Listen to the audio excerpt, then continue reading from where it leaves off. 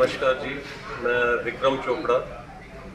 मेरी फर्म का नाम है शिवालिक एस्टेट। आज हम 43 होटल में अपनी एनुअल जनरल मीटिंग जो प्रॉपर्टी कंसल्टेंट एसोसिएशन की है उसके लिए एकत्रित हुए हैं और आज हमारे जो प्रेसिडेंट चुने जाते हैं उसके लिए इलेक्शन भी है।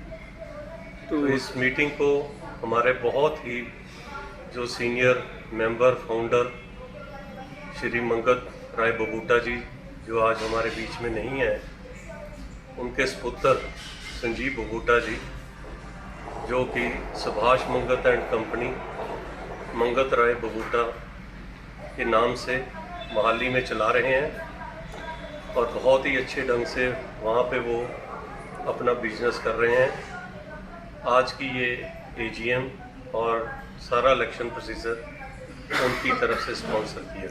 चोपड़ा साहब, क्या लगता है जैसे अभी चलो इलेक्शंस आते हैं, हर साल होते हैं, कोई ना कोई तो प्रेसिडेंट बनेगा ही और उम्मीदें होती हैं उनसे कि काफ़ी अच्छी तरह से सुचारू रूप से और क्लीन डीलिंग रखेंगे वो। अगर किसी बंदे के साथ कोई धोखा होता है, कोई धड़ी होती है, तो उसमें इसका क्या रोल रहता है इस ऑर्गेनाइजेशन का आपके? देखो, जो हमारी ऑर्गेनाइजेशन है, जैसे मैंने आपको पहले भी बताया है, माननीय श्री मंगत राय बबूटा जी जो फाउंडर मेंबर और प्रेसिडेंट थे, उन्होंने इसीलिए इस एसोसिएशन का गठन किया था कि ना सिर्फ जो तकलीफ़ आती है जो यहाँ के रेजिडेंट हैं उनको पेपर्स कैसे बनवाने हैं, अप्लाई कैसे करने हैं और उसकी सेल परचेज कैसे करनी है, उसके लिए तो किया ही किया था।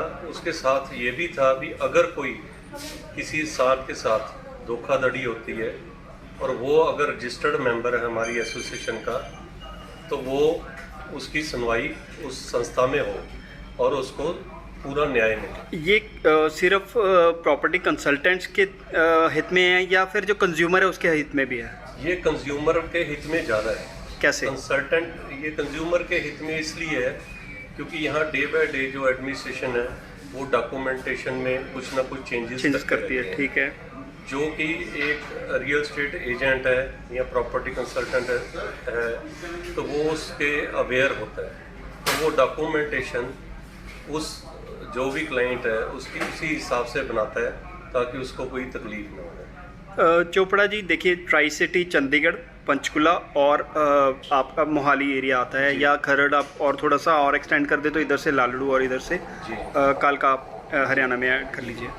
तो जो इनकी मैं आपसे जानना चाहता हूँ as a consumer point of view कि इनमें पेपर बनवाने में सबसे ज़्यादा दिक्कत कहाँ आती है? क्योंकि पंजाब में मैंने सुना है कि काफ़ी ज़्यादा आपको डॉक्यूमेंटेशन की ज़रूरत पड़ती है। क्या ये सभी के लिए सेम मानक हैं? देखो, एक तो सबके रूल एंड रेगुलेशंस अलग हैं जी, ठीक है। जैसे चंडीगढ़ में भी आपको ये जान के बहुत हैरानी होगी, सिर्फ चंडीगढ़ में 4-5 तरह की एजेंसीज हैं जो जिसमें यहाँ की प्रॉपर्टी आती है। एक तो चंडीगढ़ एडमिनिस्ट्रेशन है जी, दूसरी चंडीगढ़ हाउसिंग बोर्ड है जी। इससे पहले कुछ ऐसी यूनिट थे इंडस्ट्री एरिया के जो सिटको के अंडर थे, चंडीगढ़ टूरिज्म कॉरपोरेशन के अंदर जी। फिर उसके बाद कॉरपोरेशन का गठन हुआ जी, कुछ प्रॉपर्टी कॉरपोरेशन के अधीन आई।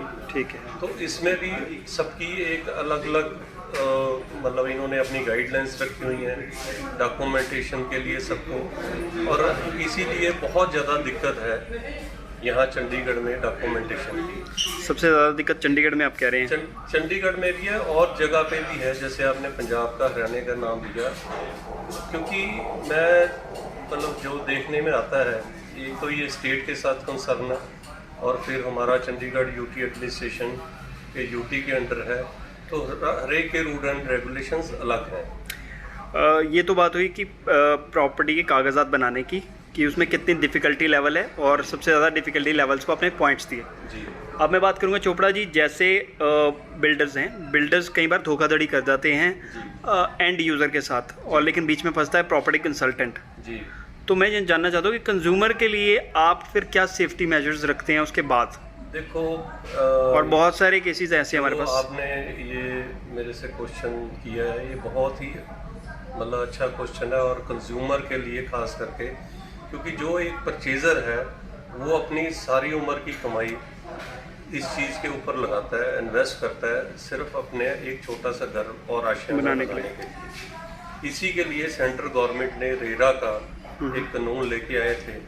तो मैं पर चांस ट्राई सिटी की तरफ से मेरी एसोसिएशन ने मुझे और एक मिस्टर अनिल खंडरिया और एक मिक्की काला जी, हम तीनों को चंडीगढ़ से रिप्रेजेंटेशन के लिए वहाँ दिल्ली में भेजा था। ठीक है।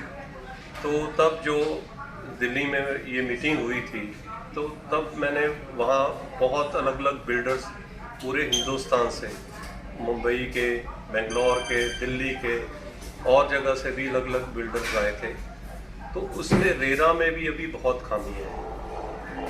कोई भी डेवलपर है जो वो नहीं चाहता कि वो अच्छी तरह से डेवलप ना कर पाए और कंज्यूमर या प्रॉपर्टी डीलर जिसने उस चीज़ को बेचा है उसको इस चीज़ का खमियाजा भुगतना पड़े। ये हमारा एक सिस्टम ऐसा है जिस वजह से ये सारा सिस्टम खराब होता है।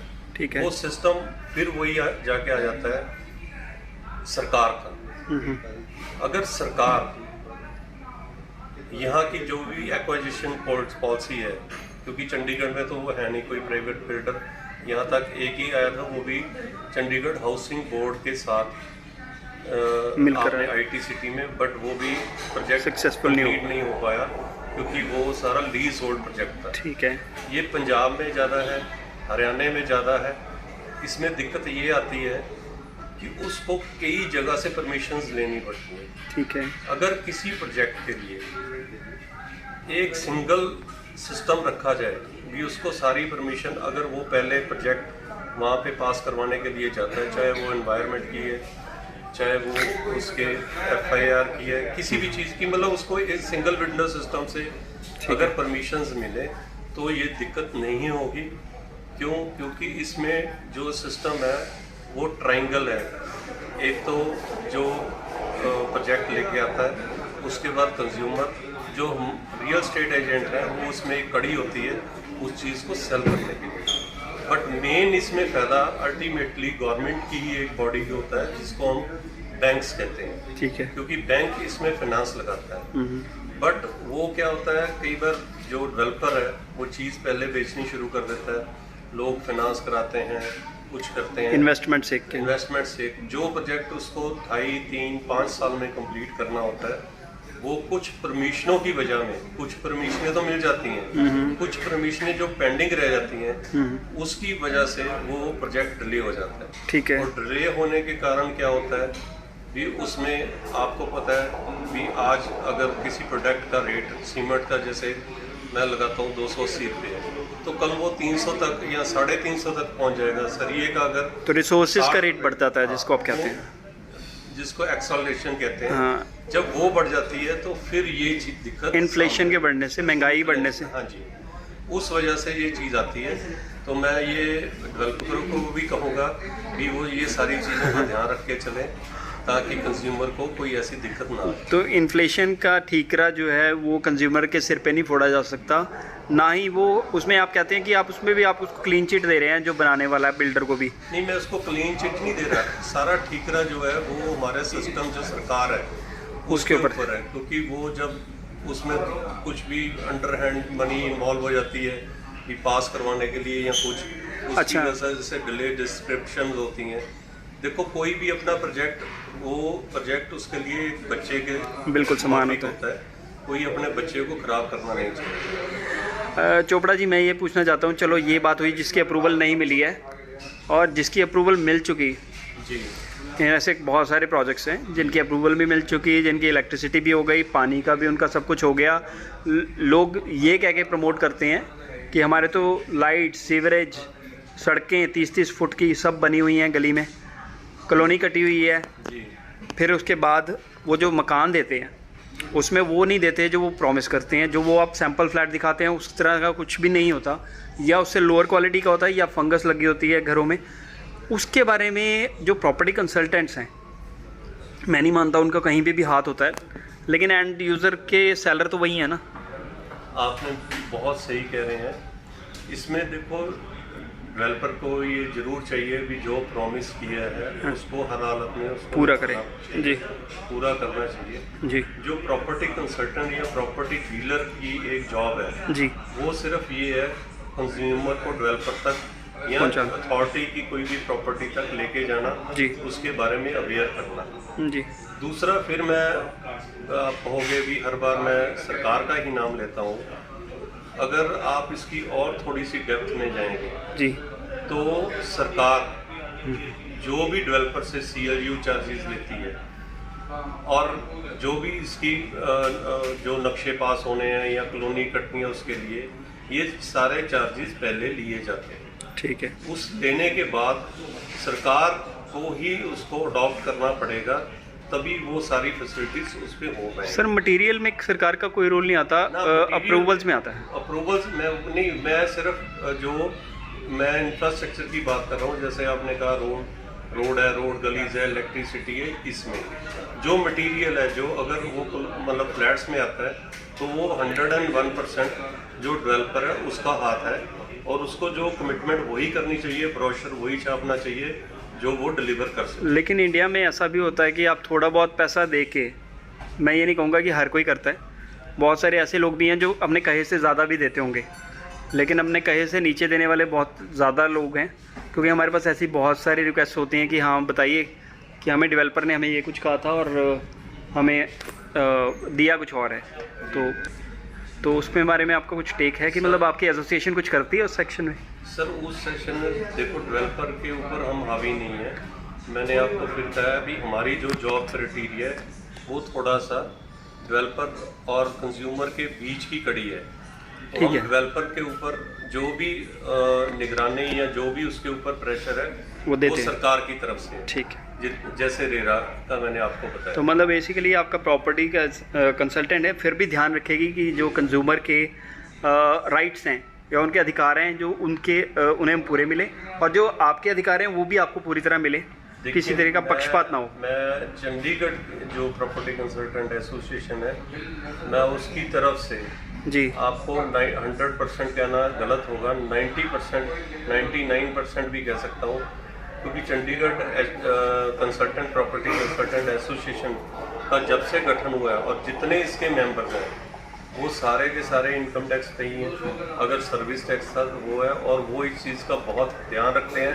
और आज तक कभी भी चंडीगढ़ प्रॉपर्टी कंसल्टेंट एसोसिएशन के किसी भी मेंबर के ऊपर आज तक कोई भी ऐसी कंप्लेंट या कोई भी ऐसी कार्रवाई नहीं हुई। जाते जाते चोपड़ा जी, आपके पास समय की थोड़ी सी कमी है, लेकिन मैं ये जानना चाहता हूँ जो हमारे दर्शक देख रहे हैं न्यूज़ टुडे लाइव के, तो वो जानना चाहेंगे कि कोई ज्वाइन करना चाहे, नया प्रॉपर्टी कंसल्टेंट आया है मार्केट में, छोटा कंसल्टेंट है लेकिन वो जानना चाहता है कि मैं ज्वाइन करना चाहता हूँ इस एसोसिएशन को ताकि मेरी भी सिक्योरिटी हो सके, तो कैसे ज्वाइन कर सके?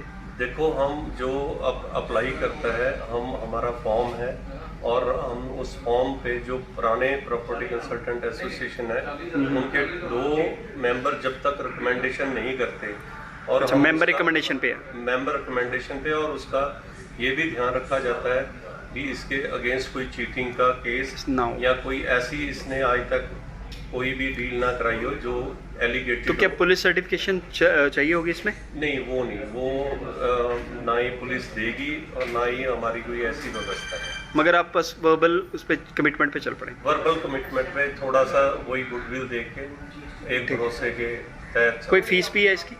हाँ जी, इसकी जो एनुअल फीस है वो 2500 है जो हर एक मेंबर से लेते हैं हम, और जो बिगनिंग में जो कोई मेंबर बनता है तो उसको 3100 एक्स्ट्रा देना पड़ता है। ठीक है, शुक्रिया चोपड़ा जी, आपने बहुत समय दिया हमारे दर्शकों को और सब कुछ बताया जो उन्हें जानना था as a consumer point of view.